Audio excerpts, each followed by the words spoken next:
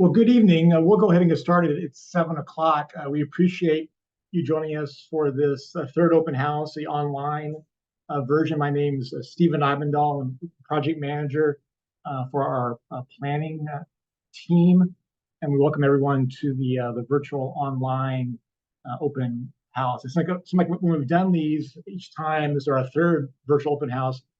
They've been beautiful evenings, so we appreciate taking the time to do this. If you missed part of this, or if you know someone who'd like to see this, we're recording this. So we'll have this on the website later this week. And then also a PDF of this presentation is already on the website. It's been posted. So part of this is we're having this 2 weeks before the in-person open house on September 5th. So a chance for folks to digest the information in preparation of the in-person open house, ask more questions, provide more comments. So we'll dive right in. We have a lot to cover.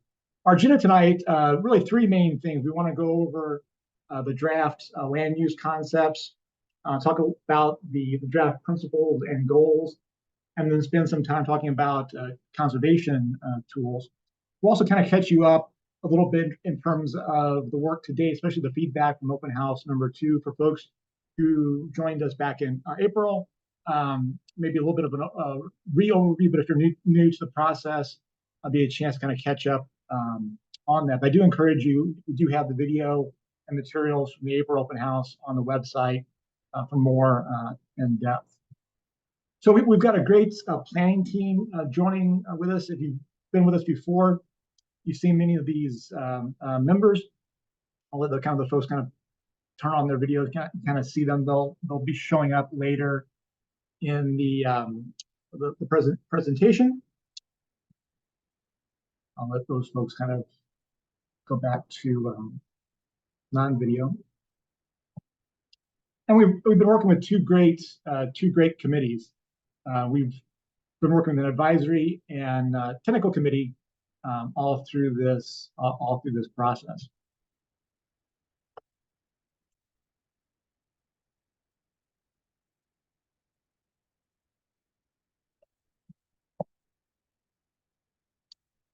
We'd really like to highlight in terms of the importance of why the master plan should be updated.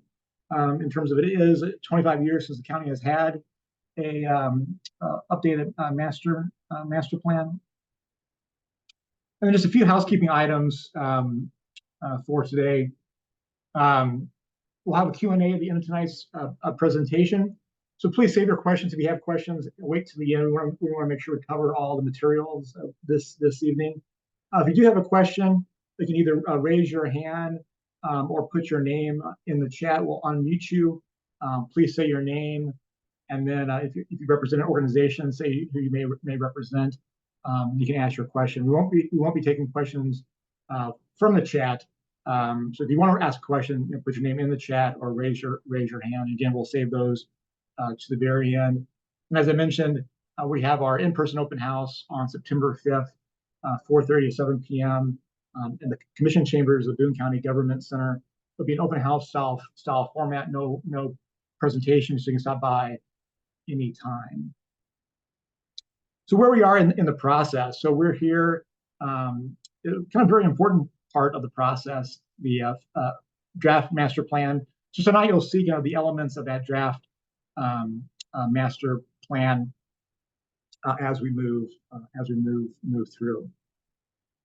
A little bit of background in terms of where we've been. So back in April, if you joined us at the April open house, and then we had some listening sessions in different locations in the county after that April open house. We talked about a big part of that was projecting growth in the county, and then different growth scenarios to handle that growth. So we looked at in terms of potentially growth projections of the county needing 37,000 housing units in the county by 2050. And then we talked about in terms of some scenarios in terms of how that growth could be handled. And I think, both from those who attended that online meeting and then from our listening sessions, I think scenario 2, city-focused development, a lot of positive feedback. I think folks saw the benefits in terms of the efficiencies of utilities, of community services, um, ways to preserve farmland and natural resources in terms of having more city-focused development.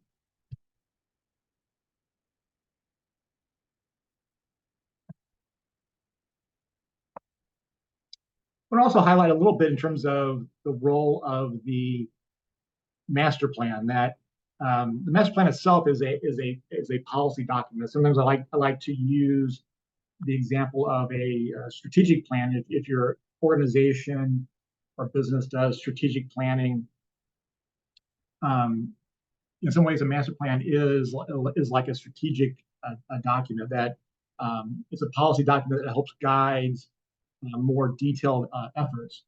So a big part of the master plan is the future land use plan. So the future land use plan helps inform zoning, subdivision, and development regulations. So some of the regulatory tools you see there on the left of your screen. Again, the future land use plan or the master plan itself is not a regulatory tool, but it is a policy that helps inform other things. We'll talk some tonight, both in existing conditions and also in some of the draft plan recommendations in terms of future detailed plans. Look at some areas in more focus. You see the list there. Some of these things are already ongoing in the county. CATSO, Columbia Area Transportation, is looking at updating their long-range transportation plan. They do that on a 5-year basis. The county and the city are doing a joint housing study. So there are more detailed plans already kind of being done currently, and as we'll talk about again, the recommendations, some proposals for other areas to study more in depth. And then in terms of education and partnering, there's some things that the county it doesn't have direct control. In terms of partnering, we have a technical committee made up of utilities, different agencies like MoDOT. So the work like the land use plan, the work of this master plan can help inform those partners in terms of planning for their facilities and their agencies. And then finally, too, in terms of things, sometimes outside of the county's control, the county can't advocate, they can't educate in terms of maybe ways to move forward with some of the goals of the master plan. So again, I think it's important as we think about, as we sort of walk through some of the goals tonight, kind of the role of the master plan in doing some of these things moving forward. It's also important to know in terms of where we kind of start in the process. Sometimes you can only move so far in any one planning process. So as I mentioned, the current plan is from 1996.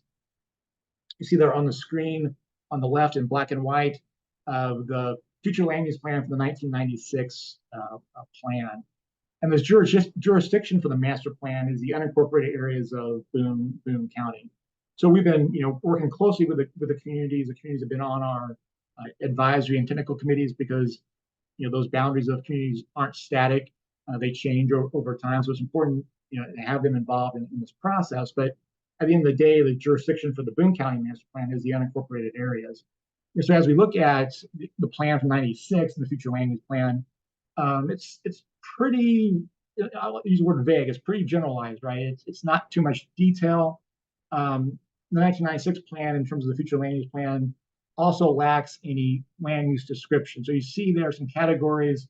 Most of the county outside of the city is categorized as agricultural, rural, residential, undeveloped. But then there really kind of lacks any description in terms of what that means in terms of as a guide. So I think ideally a future land use plan provides more guidance in terms of thinking about land use policy moving forward. So again, kind of a little bit of an overview from our April open house. But we've been looking at 5 precedent counties as part of our work to kind of use as a benchmark, if you will, to understand kind of what other counties are doing, because it's not, again, not necessarily maybe best practices always, but it's important to know what other counties are doing. And again, a lot of similarities in terms of how counties go about a land use planning, master planning. So we've been looking at 5 Midwestern counties. The counties you see here on the screen and the graphics on the top there, the maps, those maps are simplified versions of those counties' future land use plans. So some similarities, pop out. The dark blue areas are the city limits of kind of the larger cities in those counties. So as those counties think about growth, it's pretty consistent that the counties talk about in terms of encouraging growth, either in the cities or in edge areas of the cities. So you see again kind of on those maps, those areas in brown or sometimes white and brown are those edge areas, and then those areas that in the rural areas, either a makeup of agriculture, some rural residential, or a mix maybe especially Monroe County, Indiana, forest, farm, and others in public land. So I think it's very instructive in terms of again, it's not a new concept in terms of sound planning, in terms of using efficient resources in terms of spending on infrastructure, spending on utilities, et cetera, in terms of thinking about being efficient about where growth occurs in the future, and using the future land use plan to help in terms of shaping that growth. So I think you'll see some of these trends in the future land use plan concept that we'll present later on.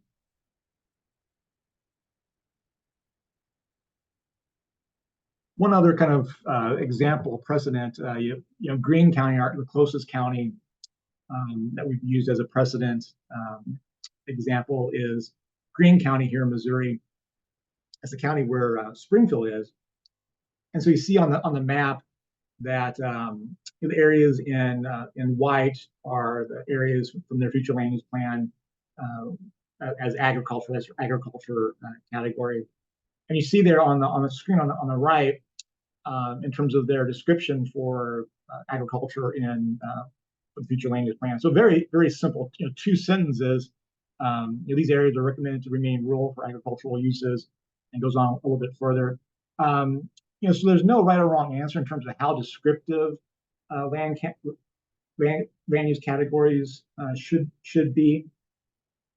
Land use, isn't a zoning document. If you look at your, if you live in one of the communities in Boone County, if you look at your community's, zoning regulation, or if you look at Boone County zoning regulations, it tends to be, multiple pages in terms of a detailed list of uses. Usually gets into very much detail in terms of dimensional standards, et cetera, right? Future land use plan, isn't that, but it should provide some guidance in terms of what these areas should be. So I think this example here from Greene is probably on the again kind of maybe more generalized side. I think a plan should have a little bit more detail. And so as we've pulled together, as this plan is pulled together, the land use descriptions for the Boone County land use plan, again, we've tried to be as concise as possible, but then kind of using this framework of categories. So later on, we'll talk about these in terms of for each land use category, having a little bit of an overview, a very short kind of overview of uses and development density, and then touching on there on the right things like housing, transportation, community services. Again, Boone County is a big county, so in terms of transportation and housing, different parts of the county, it varies, right? So we try to keep these land use descriptions to a page. Again, being fairly precise, concise, and as you look through these, especially kind of after this presentation, you may see things that are saying, "Hey, this sounds good," but it's still a little vague, right? And sometimes that's purposely slow, so that some of those details would be worked out kind of in other again some of maybe the more regulatory documents. So again, it's a little bit of a balancing act in terms of how much description to include, kind of convey some of the intent of some of these areas. Again, sometimes there's not a right or wrong answer, and it's definitely sometimes an art in terms of how much to kind of include list level detail for a land use plan, for a master plan. So getting into the land use categories and then the land use maps for Boone County. And again, similar to what we've seen in some of the other president counties, is using the land use categories to help manage some expectations in terms of where growth is occurring versus areas of the county in terms of more preservation of areas. So, broadly, we get kind of three categories. For growth areas, we have local community planning districts, unincorporated village nodes, regional economic opportunity areas. We'll kind of show you, kind of walk you through what those are. On the preservation side, farmland preservation, rural preservation, and then conservation buffers.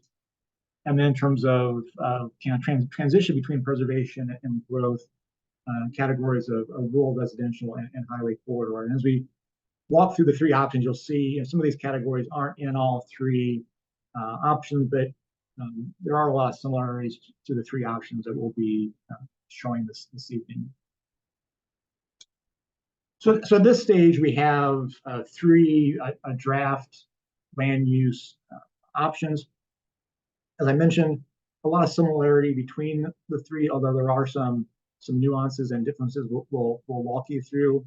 I think the intent of our process is getting feedback tonight from the in-person open house on September 5th, and then we're still at a draft stage, but then combine this into have one draft land use plan as we continue to move forward in the process. So to walk you through these categories, I'll start with land use option one, and again, all three options have similar elements. So I start with one, and I'll talk about then the differences later on. So I'll start here with a base map of Boone County. So you see the areas in gray there are the existing cities, the incorporated areas. You see we have the major roads in the county. Areas of dark green are existing parks and conservation areas. And then you can see kind of lightly in the background a little bit, we've also we've shown, the various, stream corridors in the county. So kind of orient you in terms of kind of our base map. So I'll walk you through the kind of what the plan is calling the growth land use category. And I'll start with the first one is the local community planning district. So these are the areas that just popped up on your screen, kind of the areas in pink, light purple. You kind of see there kind of around the various communities. So this land use category kind of acknowledges that the county should respect the need for local communities to plan for the future land uses around their community, and also acknowledges that for the most part, the communities are already planning in terms of future land use, adjacent to their communities. That we've looked at the future land use plan for communities like Columbia, Ashland, and Hallsville, and Centralia. And so when they've done their future land use plans, they've looked beyond the city limits in terms of looking at areas of residential or commercial and industrial, et cetera. So they're already, in terms of looking from their local plans, that future land use. Now, again, it's important to remember that areas outside the city limits, if community can look at the future land use, but then the zoning still remains Boone County zoning. So you see in terms of the different communities, like Hallsville, fairly symmetrical around the community. Columbia, much more bespoke. Part of this kind of acknowledges that to the west of Columbia, you've got Perch Creek, the floodplain there, just adjacent to the city, potentially kind of limiting growth there. And then to the south, the state park, and then also quite a bit of existing kind of larger lots, residential in some of those areas. So in terms of future growth for Columbia, likely looking at to the north, east, and northeast. So part of these, part of the local community plan district then is thinking about in these areas being served in the future by community services, higher expectation for utilities.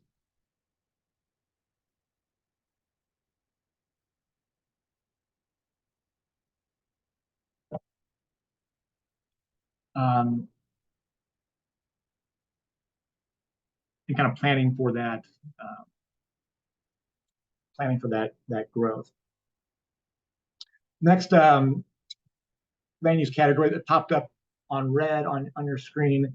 These are areas the plan is calling regional economic opportunity areas. So these are areas looking at economic development opportunities at a more regional scale.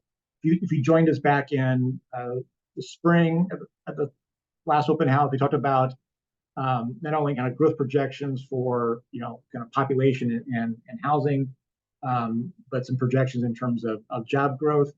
And we mentioned that in the cities, actually, there is quite a bit of room to accommodate job growth. We mentioned that one weakness of some of the available land in the cities for job growth is a smaller kind of parcel tract size, that if there's opportunities for economic opportunity that requires kind of larger tracts, that the existing city limits perhaps couldn't handle some of those opportunities. So this category kind of also recognizes then, Boone County has some unique transportation assets, being along I-70. You've got Class 1 railroads in the north of county and through Centralia. You've got the Colt line. You've got Columbia, the regional airport. So the areas in red there you see regional economic opportunity areas are basically saying that these areas then should be areas of focus in terms of larger regional economic opportunities in terms of for jobs in the future. And then the last land use category that pops up on orange on your screen, you kind of see the area kind of around 40 kind of through Midway, a little bit on the eastern end of the county along 70. So these are areas where the plan's calling unincorporated village nodes that, again, these areas are already seeing growth, probably expecting growth in the future. These are also areas, probably not served by or more away from existing communities. The areas in pink, the local community plan districts, probably the expectation at some point down the road in terms of possible annexation.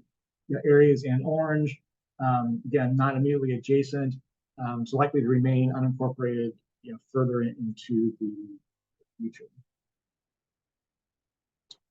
I'll move into the preservation land use categories. The first one that popped up on your screen are areas kind of in light green, areas around the parks and conservation areas.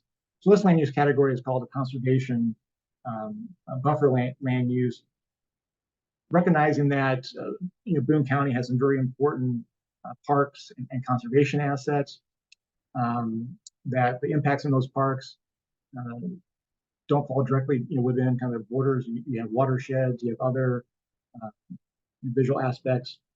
So thinking about in terms of the importance of the land use immediately adjacent to these important ecological assets of Boone County. Next land use that pops up is kind of light blue. This is the farmland preservation land use category. Kind of falls along kind of the Highway Z corridor, kind of parts of J up near Centralia and Sturgeon. So these are areas, again, recognizing that the importance of the agricultural heritage in Boone County, preserving farmland and maintaining the ag tradition is very important. So these areas, this land use, again, kind of seeking to maintain the farming in these areas. And then the next land use category that pops up on your screen is darker blue, rural preservation. So these areas has maybe a little bit more existing kind of rural residential already in some of these areas. But also a little bit more kind of some of the rolling topography and kind of pasture land of Boone County. So again, here recognizing the importance of kind of the rural character of Boone County. And again, these areas would primarily kind of preserving that rural character in these areas. And then kind of moving into the transitional area. So this first kind of the light brown that kind of pops up in your screen is called the rural residential category. You kind of see kind of falls kind of three areas kind of between Centralia and Hallsville, Columbia, and then kind of southwest of Columbia. So these areas recognize that there's already quite a bit of residential in these areas. Again, we talked about in our analysis this spring that a popular land use type in rural areas is residential on larger lots. So these areas kind of have already a high concentration of those larger areas. And so this category is saying that, again, it was a very kind of a popular residential choice. And there's still areas in these areas that have those larger lots. Is perhaps having a focus of having those more here as opposed to having those spill out into the farmland preservation or the rural preservation area. So again, there's a bit more of a kind of a transition between some of those preservation areas and the more growth areas closer to the cities. The highway corridor land use isn't part of this option one. We'll talk about that a little bit here with option 3.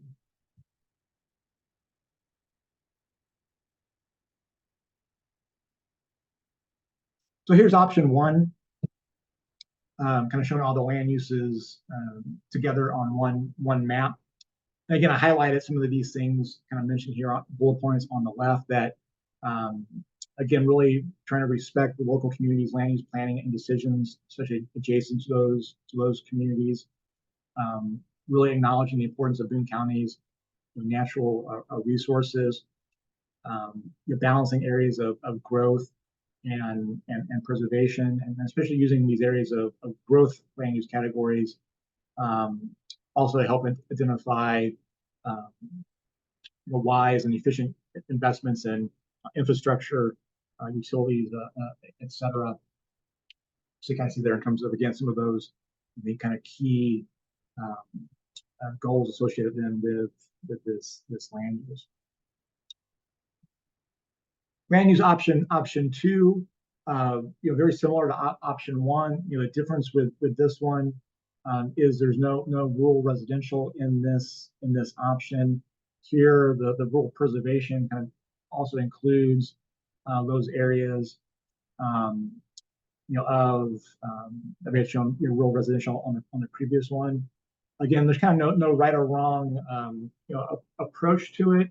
I think by having the rural residential, again, is just a little bit of a fine realization of kind of what's existing out there now in terms of kind of those areas that have already a higher concentration of rural residential, and kind of acknowledging that with option 1 as opposed to option 2. Option 3, a little bit more going on. I'll walk you through a couple of things. The first one is the highway corridors. So you see there kind of along 63, 124, parts of J, kind of the light brown corridors along those roads. So highway corridors, already in some of those corridors are experiencing some development pressures, and kind of acknowledging that, in the future.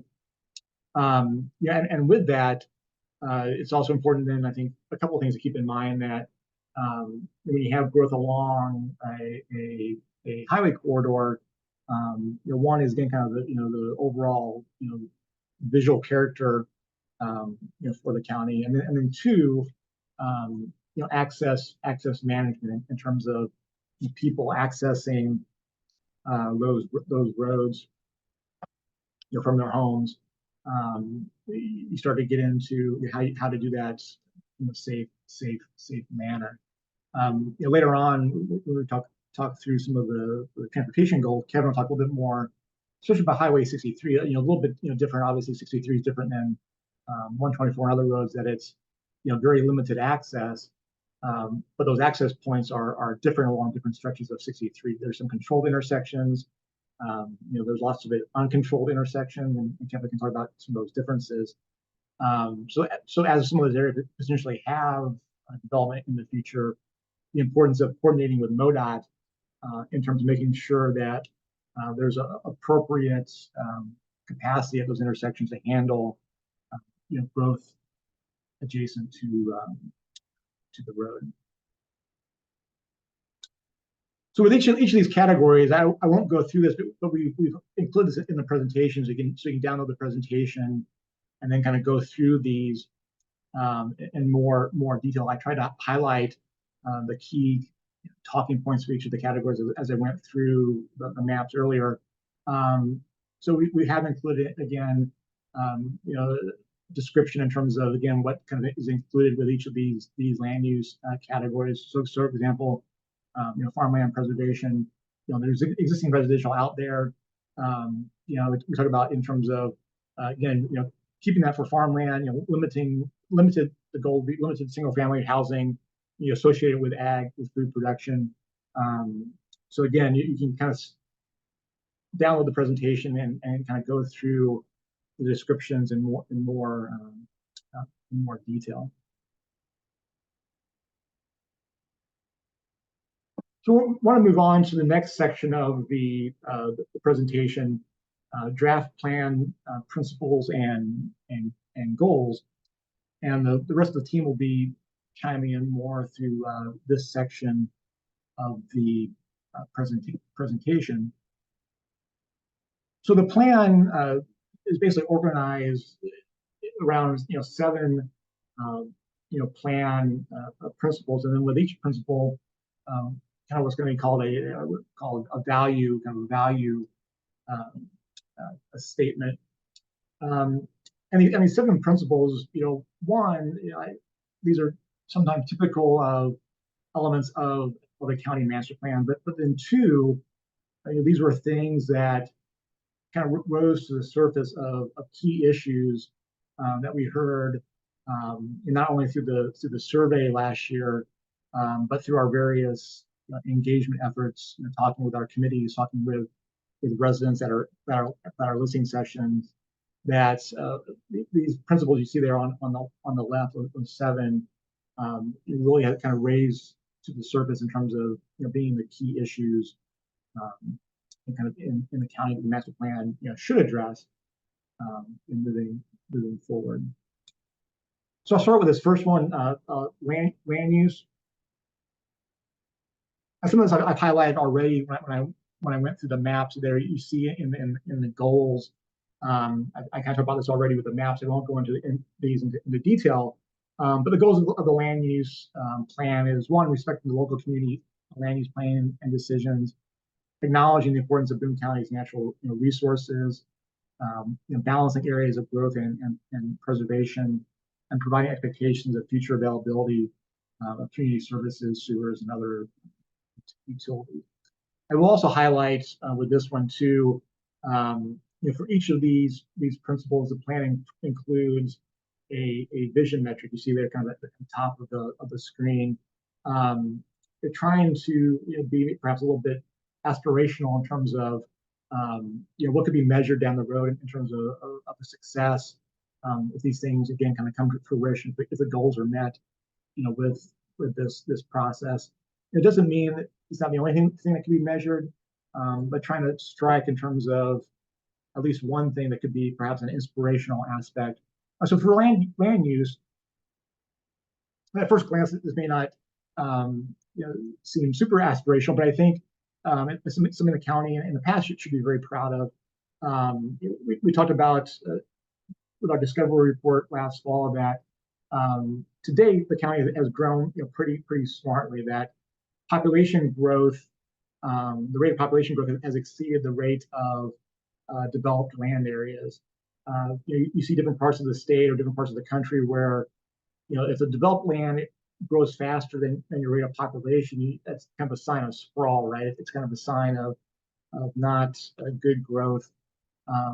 In the county, Boone County is really, your growth rate has exceeded kind of your areas that have been developed. So I think again, from a land use perspective, as a vision metric, continuing that the population growth continues to exceed the rate of developed land. So for the next category, I'm going to turn it over to Kevin to talk about transportation. All right, thanks, Stephen. Well, our second principle, transportation, is really focused on fostering a safe, efficient transportation system that supports multiple modes. So not just motor vehicles, but also people walking, bicycling, using the transit system, and also our other movements like freight that are critical to the local economy. So within that transportation principle, there are 4 goals. The first of those is to reduce transportation-related deaths and serious injuries. So a strong focus on safety, and a few different actions we're outlining to advance that goal, including a countywide safety action plan to identify some of those high crash corridors where some real targeted systemic improvements can bring down not just crash frequency, how frequently crashes are occurring, but the severity, really trying to limit severe and fatal injury crashes. Our second goal is to promote a multimodal transportation network. And to do this, we're looking at actions in which Boone County is partnering with its many transportation providers throughout the county, particularly focused on those relationships within CATSO. So the City of Columbia, MoDOT, GoComo, other municipalities, in trying to make sure that investments in transportation and land development really support not just motor vehicle travel, but also create opportunities for people walking, biking, and accessing transit. One key focus on this item is also looking at the Colt Rail Corridor as a potential commuter line, and that's something that's come up numerous times during the course of this study. The third goal really focuses on trails and active transportation, so facilitating bike and ped activity throughout the county. So it could be through identifying trail corridors that might connect population centers to key state parks and other recreational destinations in the area. There may also be a focus on access to jobs or educational facilities, really trying to align investments with community values and aspirations. And again, the Colt Rail Corridor comes up in this item too for a potential multi-use trail, kind of a rail with trail scenario. Our final goal really focuses on fiscal responsibility and continuing the county's patterns of promoting efficient and effective investments in transportation facilities. These might include establishing a policy for when and how to pave gravel roads, might also include continued investment in the pavement preservation program, which the county's been doing for quite some time now as a matter to evaluate roadway conditions and address some deficiencies before those roadways are in failing shape, which would require much more substantial investment and reconstruction. So those are some of the key goals. And we have a couple maps here to look at to kind of illustrate what those, how those actions might play out. So in this case, looking at fatal and serious injury crashes and aligning those, identifying those corridors where we're seeing high crash frequencies and start to target those corridors in partnership with agencies like MoDOT and the City of Columbia, where you see quite a few of those roads are on MoDOT rights-of-way,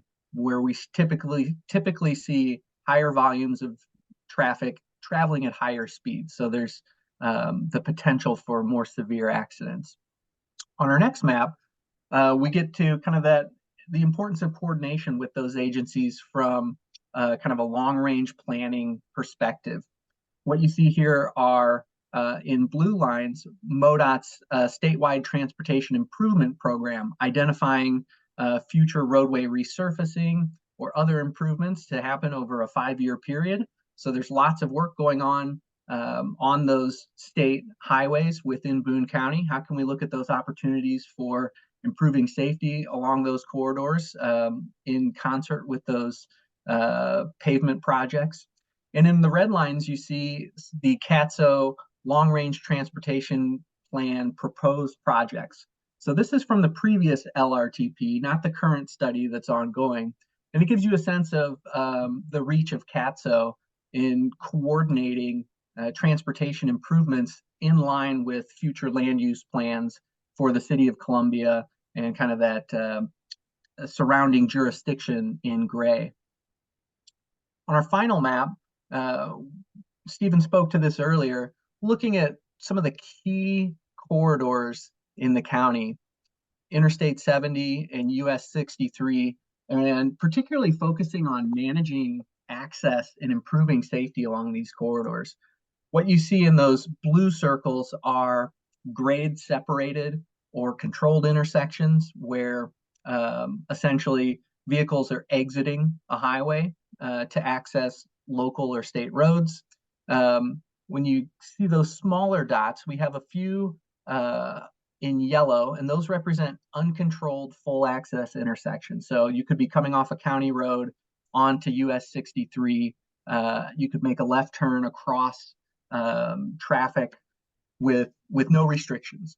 In red, you can see some instances south of the city of Columbia and surrounding Ashland where that access is restricted. And usually that takes place not just in terms of limiting those left turn movements, but is often concurrent with outer roads to really facilitate kind of those local movements and provide access in the immediate vicinity.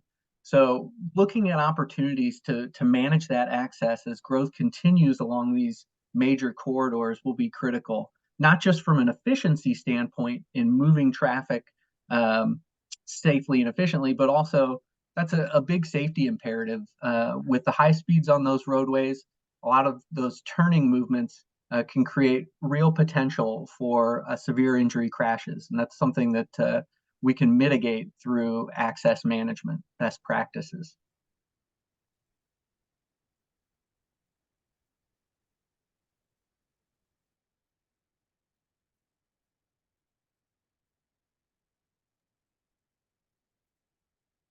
So in terms of economic development, our overarching principle is the continued growth and prosperity of the Boone County economy. And we've identified 3 primary goals that will help advance that. The first really focuses on continuing to retain and attract a skilled workforce. And we've identified 4 key areas or initiatives that would be helpful in doing that, because really your workforce is what helps to sustain your employers and helps you to grow economically.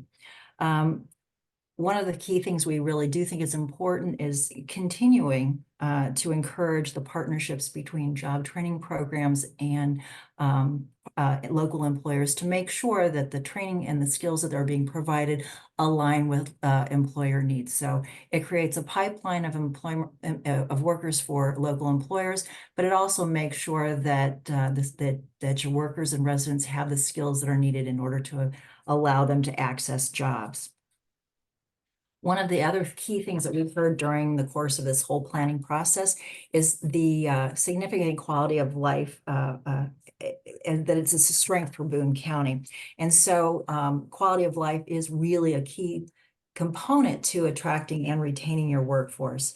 And we've identified a few specific areas that will encourage retention of workers. And in new developments, that includes placemaking and applying those kinds of principles in development or redevelopment. And that really contributes to creating neighborhoods that are places people want to live, they want to work, and they want to play.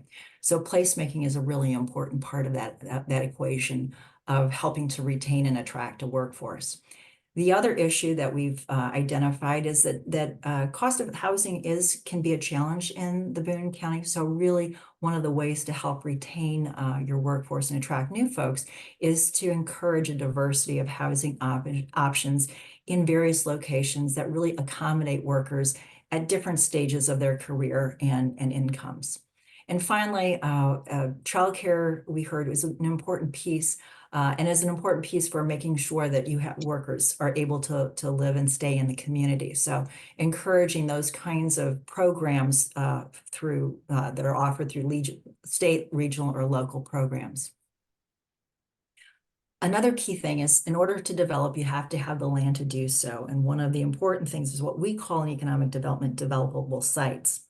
Developable sites are really those sites that have access to the transportation infrastructure, utility, and workforce that make it economically feasible for it to be developed.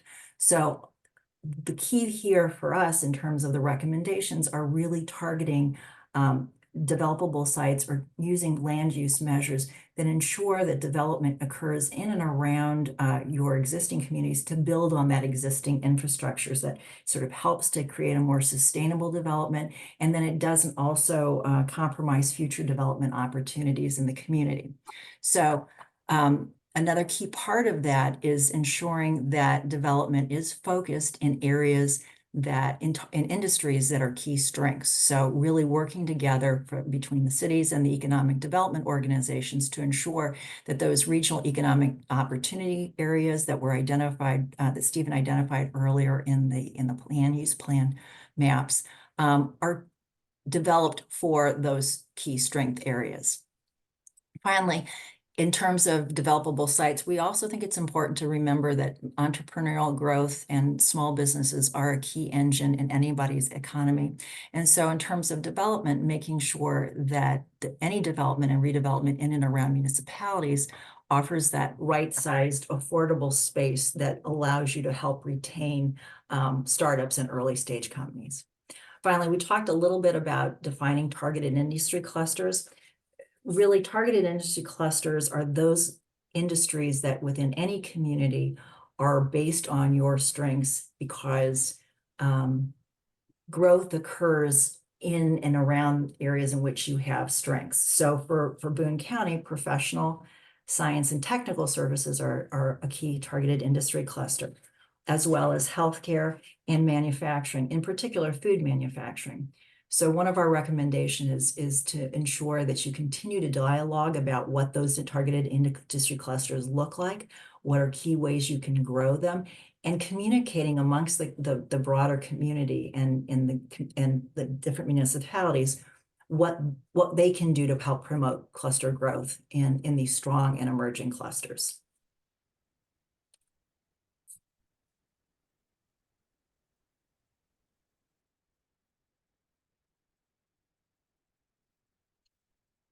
Farmland and rural character values really to preserve the agriculture and rural heritage of Boone County for future generations. And here, the vision metric is really no additional loss of prime farmland in Boone County. So there's 4 goals associated with this. One is maintain and protect land best suited for agriculture, especially prime farmland and farmland of state significance to remain agriculture. In terms of kind of the hierarchy of the best soils for ag, your prime is the top, and then state significance is kind of the second top tier. Encouraging small farms, especially growers of locally grown produce and products that serve local outlets. Spend some time reviewing and evaluating visitor and tourism uses and activities in those rural preservation and farm preservation areas, and evaluate if there's opportunities for additional income while still promoting the quality of life and expecting the rural character and neighboring property owners. And then the 4th goal, help alleviate conflicts between ag property owners and non-ag neighboring properties.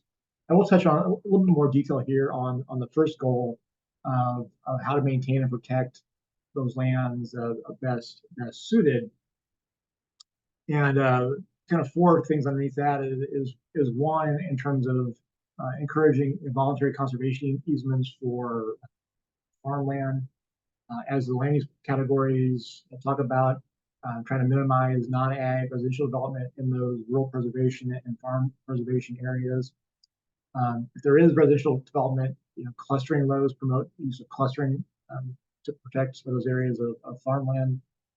And then finally, evaluate some conservation precedents for feasibility use in Boone County. There's some things being done other parts of the country, including in the Midwest, in terms of supplementing conservation easements, funding, or transfer of development rights. So later on in the presentation, we'll get into more detail about some of those potential tools. I think it's important to note that I think an objective of the plan will be to outline what some of those potential tools are, and provide some education of what some tools might be. We don't foresee through this master plan process consensus on a direction to go. So I think kind of key action here is evaluating some of these things post master plan to see what might work for Boone County.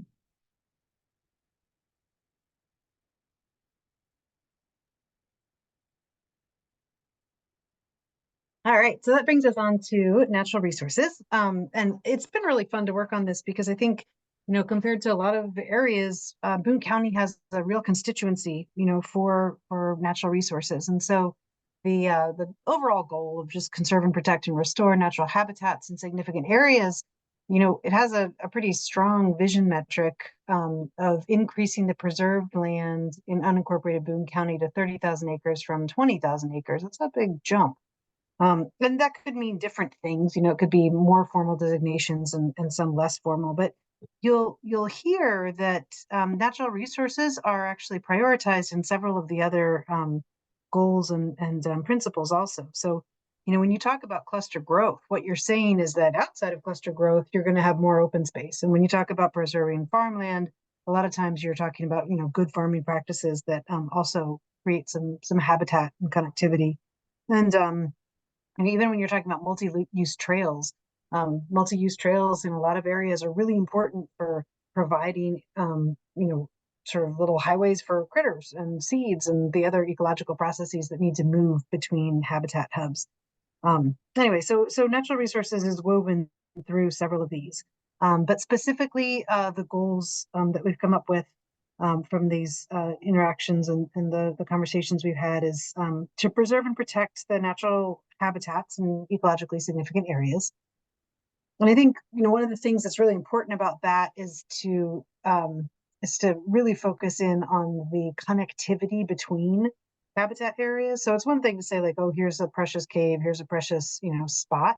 But it's another thing to really think about ecological processes that are working at a greater scale than a parcel or an area or a park or protected area, and think, what are the systems that we have to support over larger landscape scales to make sure that the flow of materials and genes and species is able to stay flowing as you're dealing with the increasing development pressures and thinking about the future of land use planning.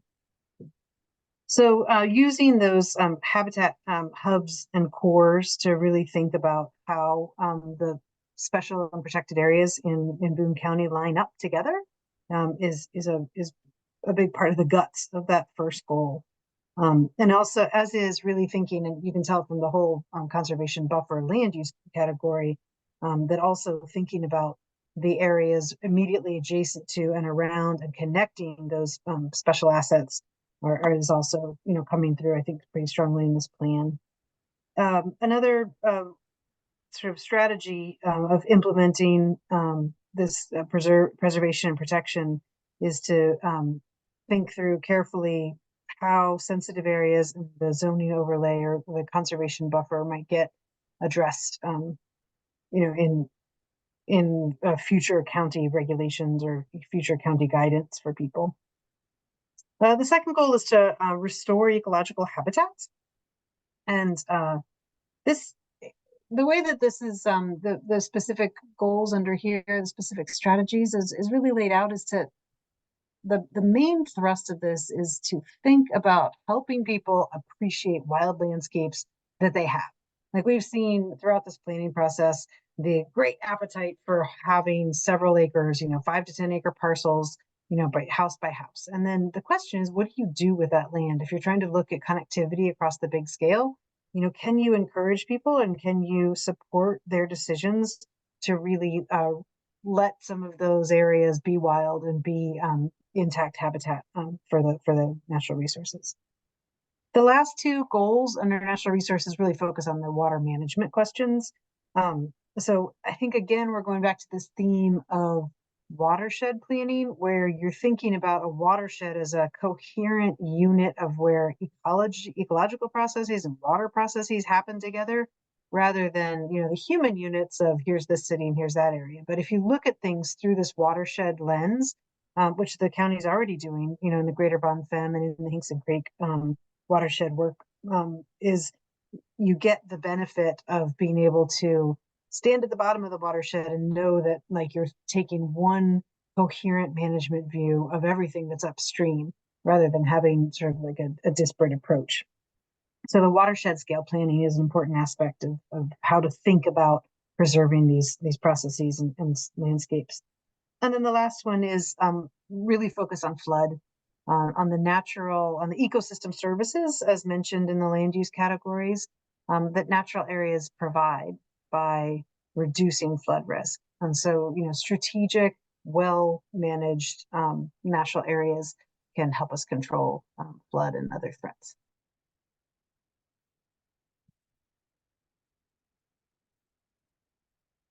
Utilities and infrastructure. Here, fiscally responsible public services, utilities, and infrastructure have locations that efficiently serve the housing and development needs of Boone County.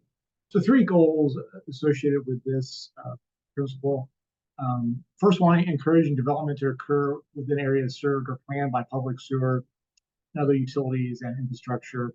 And this is where the land use plan comes in terms of those growth categories of the local community plan districts, unincorporated village nodes, and the regional economic opportunity areas, as really, think about those in terms of the areas most likely to be served by infrastructure and utilities.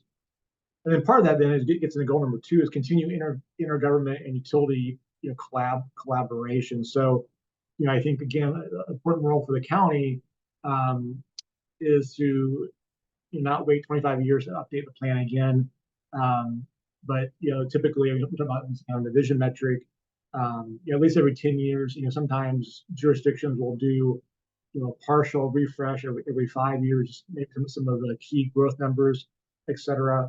And sharing that with different agencies, different utilities, even school districts, in terms of thinking about growth. And then number 3, increase access to high-speed internet.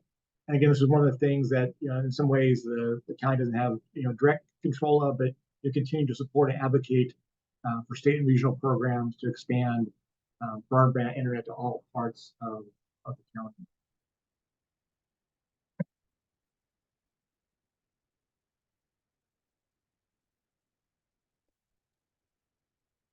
That brings us to housing. Bob Lewis addressing this topic. And the key point here is that we want to encourage through the plan a wide range of housing choices. And we don't want Boone County put in the position of losing population or not gaining population because of a deficiency in housing choices in its relatively robust economy. Boone County and the city of Columbia commissioned a comprehensive housing study this year, 2024. It's reaching, with a separate consultant, it's reaching its conclusions to cover the housing issues both in the city of Columbia and Boone County as a whole. The Boone County Master Plan we're here to talk about tonight references that housing study's findings, which aren't complete yet, but are coming, and we want to make that part of the master plan. So the intent of the following housing goals here is to complement that housing study and use it as a basis for most of our recommendations on the housing side. In short, we didn't do a separate housing study for the master plan. Now, item 2 here is increase the housing supply. Boone County is clearly growing. A very robust economy, among the best in Missouri. That means more workers. It means more people, and therefore the need for more housing. Separate housing study will provide recommendations on the kinds of housing needed and their prices and rents. In the master plan we're talking about tonight, we want to encourage and use that housing growing market to increase the residential densities in existing places that are already set up for housing and the infrastructure thereof, in part. So Boone County's incorporated places, that is, its cities, big and small, have effective land use policies of their own and a significant amount of undeveloped land that is either already planned for housing or could be. A key priority of the master plan, therefore, is to prioritize the development of housing within city limits over in unincorporated areas, in addition to undeveloped land in the cities, Columbia and smaller. Cities should evaluate infill redevelopment opportunities that further include residential. That is, fill up some vacant or underutilized properties. Now, item B is to encourage residential densities also in the previously defined local community planning districts and the unincorporated village nodes that Stephen talked about earlier on the land use plans. The local community planning districts are the unincorporated edges of the cities. In many instances, the community's future land use plan recommends, each community's land use plan should recommend residential in these unincorporated areas at about the same densities as the cities or the nearby communities and neighborhoods. Unincorporated village nodes are areas likely to remain unincorporated, that is, not turning into city governments. However, they should also develop at densities consistent with nearby communities, a recommendation of this plan here. Bringing us to item C under 2, evaluate the use of incentives for builders and developers to actually do what we've just talked about. Infill development typically involves utilizing underutilized land within an existing urban or city area. This approach is advantageous as it makes use of existing infrastructure, existing community services, transportation networks, and so on. However, infill development can sometimes be more expensive than developing on, say, a greenfield or vacant site because of potential for demolition or repurposing costs. As communities update their own comprehensive plans, they should consider offering incentives to builders and developers that encourage more infill housing to counter some of those maybe extraordinary or extra costs. This evaluation by the cities themselves should include potential federal, state, and county programs, of which there are many, as well as local community incentives to promote that infill development and more efficient use of the land. Item 3, increasing housing choices. Again, the housing study is getting into that, but with economic growth, as noted, come more people and more diversity of the workforce and differing housing lifestyles. People live in different ways than one another. The interim housing study, the interim housing study under conclusion right about now will recommend some of that wider variety of housing choices.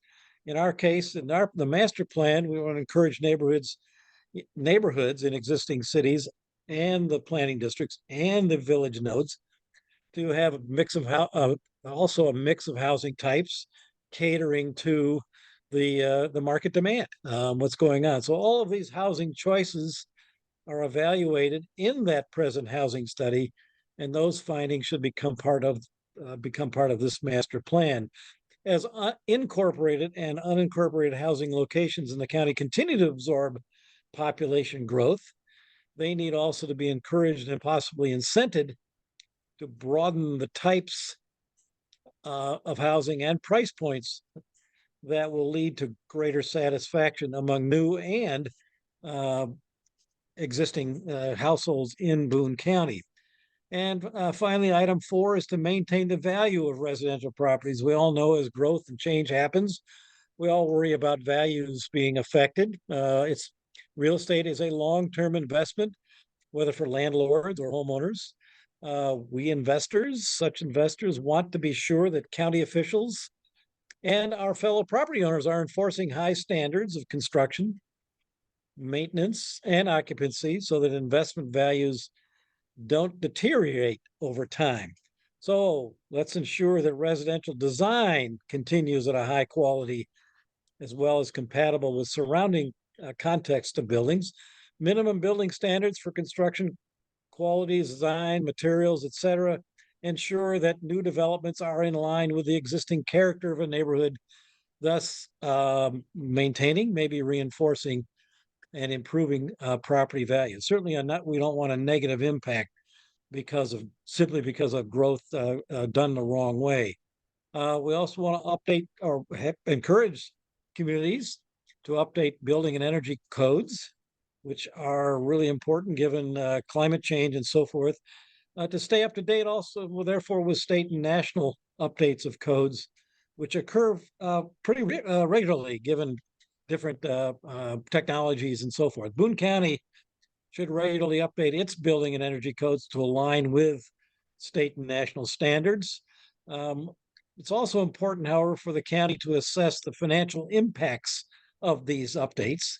They can affect development and what people have to pay to update their codes. So pay attention to the financial impacts to ensure they don't significantly increase initial housing costs in particular relative to the potential returns from, say, energy efficiency and other benefits of the codes. And then item C, ensure property maintenance. Again, a value sustainability issue, including, as it turns out, that private sewer systems. There's a lot of those, especially in unincorporated areas.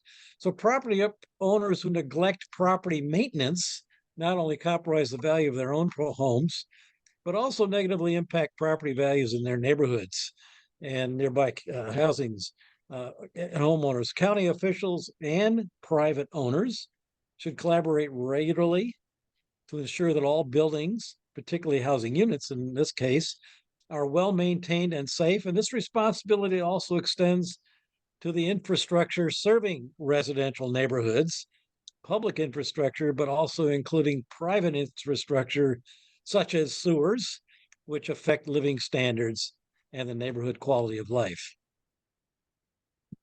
Stephen, back to you. Thanks, Bob. This last section of our presentation, we want to talk a little bit about conservation tools. I referenced it a little bit in terms of the farmland, rural character. Jessica talked a little bit about on the natural resources. And again, the topic of conservation tools can be pretty broad. You think about public park is a conservation tool, right? In terms of kind of preserving those areas, but we're focusing a little bit more on what we will call kind of private conservation tools, and a little bit more focused on in some of our presentation on farmland, agricultural areas, although some of these things also would apply to natural habitats, ecological significant areas. And as I mentioned too, it's also, I think, important to realize too, I think our intent in the master plan is to provide kind of a baseline of understanding of some of these potential tools, some locations being used elsewhere, and then post master plan, the recommendation of the county do a little bit deeper dive in terms of what may be appropriate or not appropriate for the county. I think talking with folks, especially in the spring, you're talking with farmers, talking with other residents. There's maybe a lot of interest in this category, but also a lot of interest in terms of learning more, kind of expanding kind of what might be possible. So our intent is really maybe starting kind of a better conversation, moving forward. So to start with, I'm going to kind of talk about kind of 3 areas of tools, and kind of on the scale of least complex to most complex. I'll start with conservation reserve program, kind of talk about conservation easements, and then kind of get into the most complex of transfer of development rights. So a conservation reserve program, in many ways, especially from kind of farmland preservation tool, in some ways not really applicable, right? If it's from your CRP, it's a temporary program. It's basically 10-year contracts. It's good in terms of conservation, in terms of restoring kind of natural habitats, but actually takes kind of land out of farm production. But the reason we've included it is because I think it's a very well-known program. It's a very popular program. A lot of landowners or farmers may have some land themselves in the program, or they know someone who does.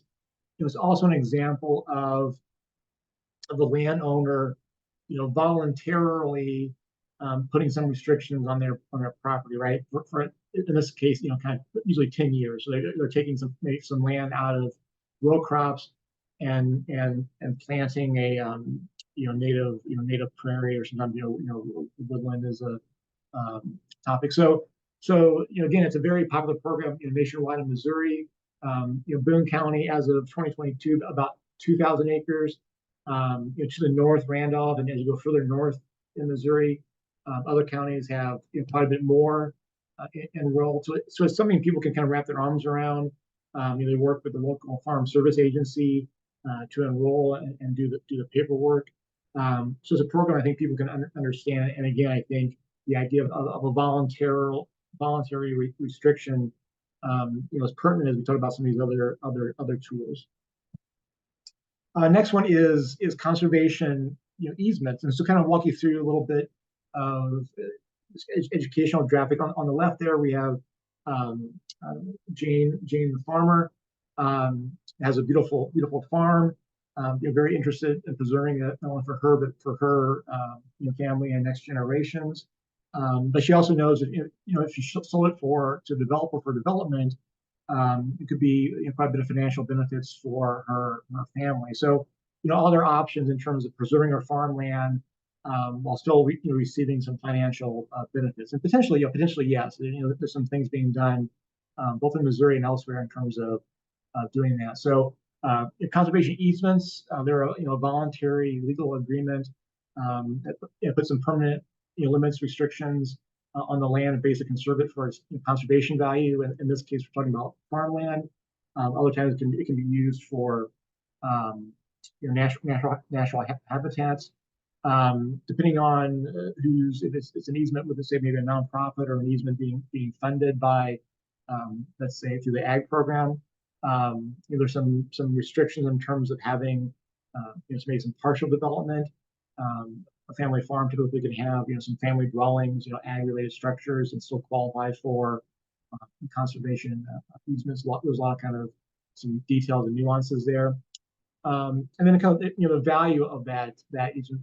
We put some example just to help kind of wrap your arms around the concept. But we put some numbers in terms of, let's just say if Jane the farmer sold her land to a developer, let's say it might be worth $1,450 an acre. Kind of the fair market value. But if she put a conservation easement on it, just kind of limiting it toward ag uses or other kind of conservation uses, it wouldn't be as valuable, right? It wouldn't be as valuable in terms of being able to develop. So maybe the value then would only be $9,500 an acre. So basically, that conservation easement value, another way it may be referred to development rights value, it would be $5,000 an acre. So in terms of how she could achieve that value, one would be donating that conservation easement. There's already some land trusts that work in Missouri. Ozark Land Trust in Missouri, the Shapiro's group. So there are examples of donated conservation easements typically more so kind of on the national habitats side. The farm program in 2018 started funding partial purchase of development rights through the farm bill. So you're starting to see more of that. Not so much yet in Missouri, although there are a few examples. We started to kind of get that partial payment. A lot of times the farm bill, they pay half of that easement value. So in this case, $2,500 of that $5,000 value. And then some places across the country are doing full purchase of development rights. So there's a local funding stream, and they're using that in combination with federal and state funding to get that full purchase of that easement value. So our farmer here could get the full $5,000 kind of value through that full purchase of development rights.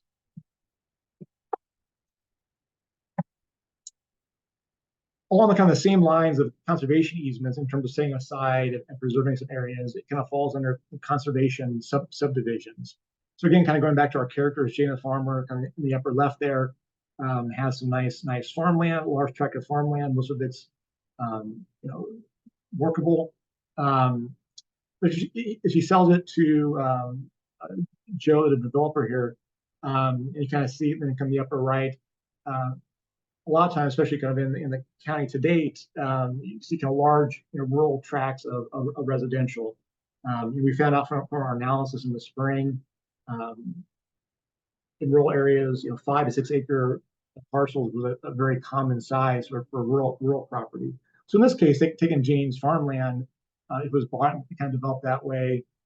You get a very popular, again, kind of residential type. They're taking all that land out of farm production. A lot of times they end up being large yards, kind of pasture type grasses. But with conservation subdivisions, it's a method of usually clustering the houses. Often, zoning allows in some density if you cluster, and then setting aside kind of a minimal amount then for open space, either as natural habitat or in this case, a farmland. So that way, then again, the developer can actually sometimes increase the amount of houses he can sell because he has that kind of bonus from the density. Jane could potentially keep on farming. With the clustering, there's some potential for infrastructure economies of scale. Also, kind of preserving some of those rural and scenic views. So conservation subdivisions. If you look at, again, our precedent counties that we've looked at, even Greene County and Springfield, talk about the benefits of conservation subdivisions, and one of their policy statements is the county should promote and encourage those. The trick is it's often hard actually to make conservation subdivisions a reality in terms of there's a lot of kind of nuances involved. You see that come on the screen, some considerations.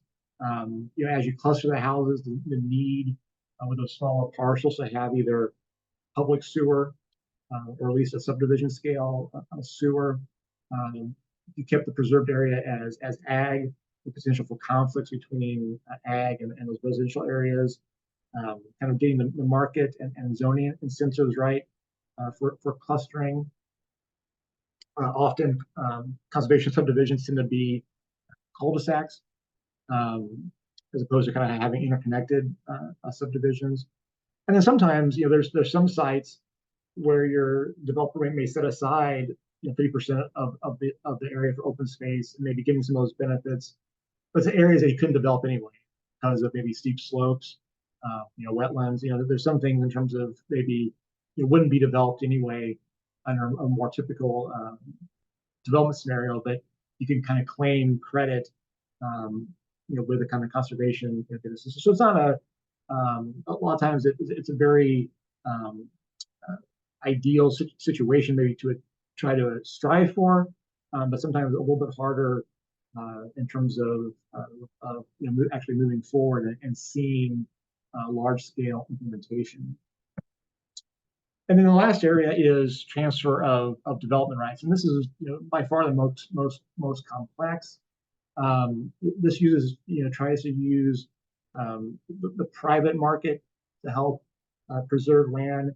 So one aspect of this kind of on the top is the concept of sending and receiving areas. So sending areas are areas that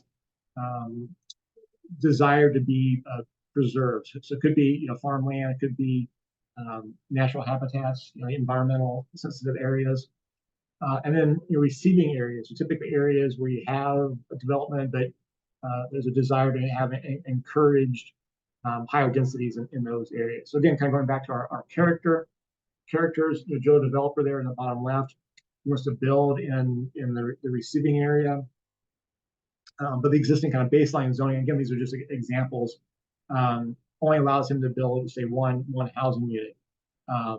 But if he gets a transfer development right, so basically kind of preserving an area in the sending area, he could increase his residential density. So typically there's kind of a marketplace involved in terms of where the farmer can kind of sell the transfer of development rights to kind of preserve her land, and then the developer could go in and then purchase those rights to get increased density. So again, a lot of much more complex in terms of kind of calibrating the zoning, calibrating kind of market conditions, and then finding areas of sending and receiving areas that makes sense. So again, I think examples fewer than some of the examples that we talked about previously. And then finally, just a few examples, some case studies. I mentioned that we've been using those 5 president counties as kind of a benchmark, and several of those counties kind of mentioned some of these tools, and they mentioned in terms of the desirability to have some of these tools being used in their counties. But the 5 counties, none of them really had kind of extensive efforts in terms of actually kind of using some of these tools, either by the county or other entities. So we had to kind of go further afield than those 5. So one example of a purchase development right, so this is using the conservation easements on ag land, is Lexington, Kentucky. So Lexington and Fayette County is kind of actually a overlapping kind of jurisdiction in terms of the county. Obviously, if you know Lexington, their ag heritage, horse farms, a big part of their economy. So the idea of having preserved farmland adjacent to the city was very important, and making sure those landowners, those farmers, could achieve again that development rights value. So they started a program in 2000, using some local funding to match supplement state and federal funding. They had a goal of preserving 50,000 acres. As of just recently, they've progressed to almost 3,000 acres. And you see there on the map on the right, the areas in dark green were all the areas that they've preserved ag land in terms of through their purchase of development rights program. Again, and their easement valuation, according to their purchases from this past year, about $3,500 an acre. Kind of on the flip side of that, the case study out of Michigan is similar to Lexington in terms of both started about the same time, both purchase of development rights. So again, about 20, 25 years old. I think here the big difference was lack of consistent local funding that you see there on the map on the right. Areas in red are areas that they have conserved about 3,000 acres to date, compared to 30,000 acres for Lexington. We don't know kind of the exact goal, but you see kind of the areas of light green, areas that they kind of they want to preserve. So again, pretty extensive, but kind of that lack of local kind of staffing capacity, lack of local kind of funding has really kind of hindered their long-term program. And then 2 more before we kind of wrap up. This example is a transfer of development rights program. Again, we had to kind of go a little bit further afield. This is Calvert County, Maryland. Population of about 100,000, so kind of modest size population. But you kind of see here an example of kind of the sending and receiving areas I mentioned. So the areas there on the map on the right, kind of the olive green, are the areas the county is trying to preserve through the TRD program. Areas in blue, areas that are kind of seeking higher densities. Their TDR program has actually been in place since the late 70s. They preserved about 30,000 acres total. About half of that is actually through their TDR program. They've got several programs going on. What's been interesting about Calvert has been the last decade or so, kind of since the housing crash of the mid 2008, 2009, kind of the aughts. In some ways, it's kind of turned into a purchase of development rights program that the market kind of dried up for the TDRs. And so the county kind of using local and some state and federal funds for purchasing the TDRs themselves and just kind of retiring those. So they end up kind of being more of a purchase of development rights program. And then one more example, Chester County, Pennsylvania, and again, using kind of actually several tools, including purchase of development rights and actually conservation subdivisions. Again, on the map on the right, you kind of see areas in dark green, areas that have been, farmland has been preserved. As of 2015, about 68,000 acres. Current initiative about 20, so late 90s, although some of the programs have gone back further. And you see there on the screen, kind of latest easement valuations.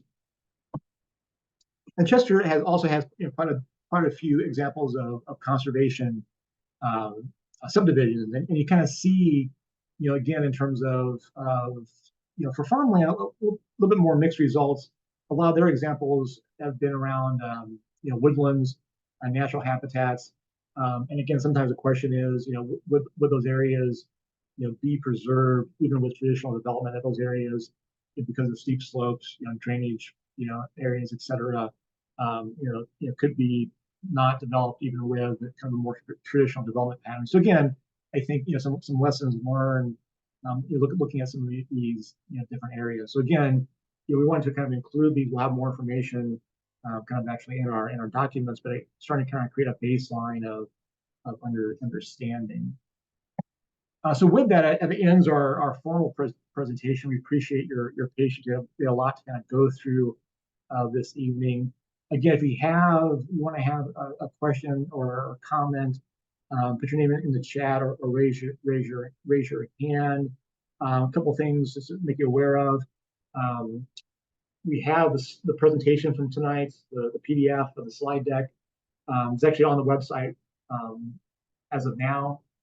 So that's available. You can go there tonight. Later on this week, we'll have the video from tonight on the website. So again, that'll be made available for folks who can watch that leading into the in-person open house. And then we also have either scan this QR code or visit the website, a link to a comment form. So again, if you want to write the planning team comments and feedback, we'll keep this kind of comment form open through the in-person open house on September 5th.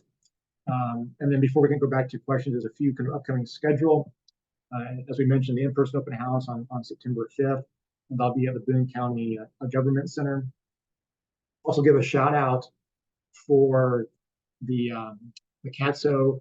As Kevin mentioned, CATSO's updating their long-range transportation plan, and they're having an open house on September 4th, and that'll be at Columbia City Hall, I believe.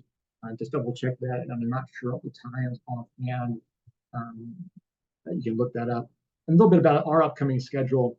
So after the open house on September 5th, our goal is then to have the draft master plan this fall, and it'll be released for public review and comment. And then based on that, and then the final master plan. So this will become the last round of open houses.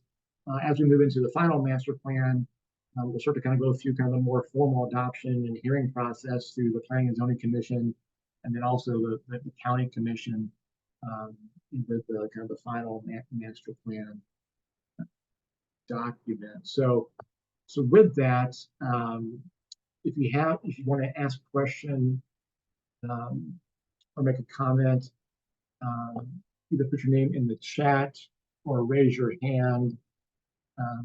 You can see the team may have to help me in terms of. And someone did mention, yeah, the CATS open house is from 6 to 8 p.m. I think, and I know they have a website for that plan, so all the information is available through their website. Any questions or comments from the attendees?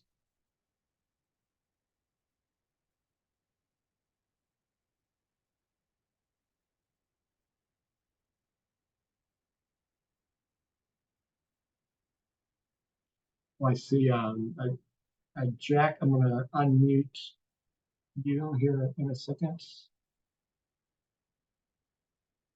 And actually, I'm also going to do a stop sharing too, so you can kind of see the planning team. All of us together. So Jack, I'm going to unmute you. So you should be allowed to. Can you hear me? Yep. Okay. I'm sorry. I arrived at the presentation late. I missed the first half hour probably. But did you have anything in the master plan to look at transitioning to renewable energy sources like solar, not particularly wind, I wouldn't think, but maybe solar and battery backup and that type of thing? And the other thing was, did you have anything in there, especially under the habitat thing? I would like to see us think about adopting a dark skies principle and rule to help our habitat at night.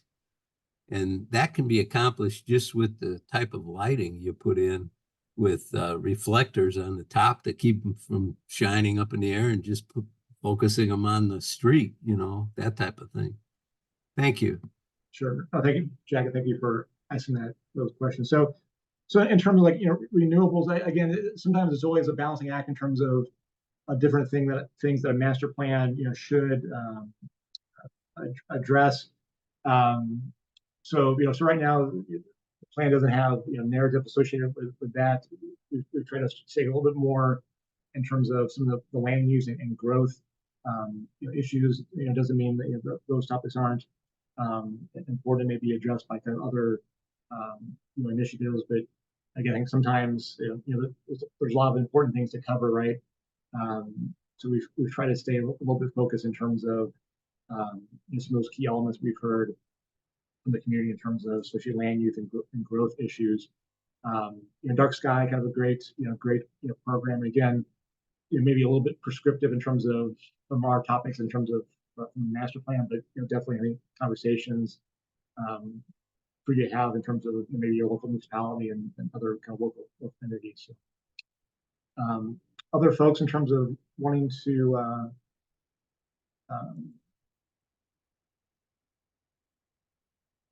ask questions or comments?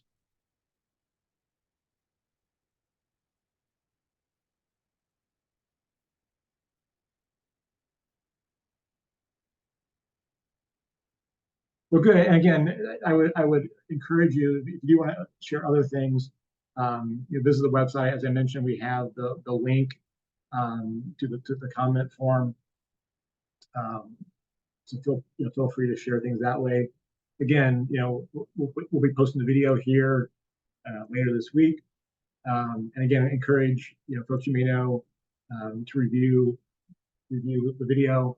Also, kind of for yourselves, dive into some of the details in terms of the land use categories and some of the goals and principles. We went through those, but much more things to kind of go over from the slide deck. And again, it will be available at the in-person open house on September 5th to kind of answer questions and talk about the information. So again, we really appreciate everyone participating. We went through a lot of information, but really appreciate you taking the time to really look at Boone County's future. So with that, we'll call this online meeting webinar a close. So thank you everyone.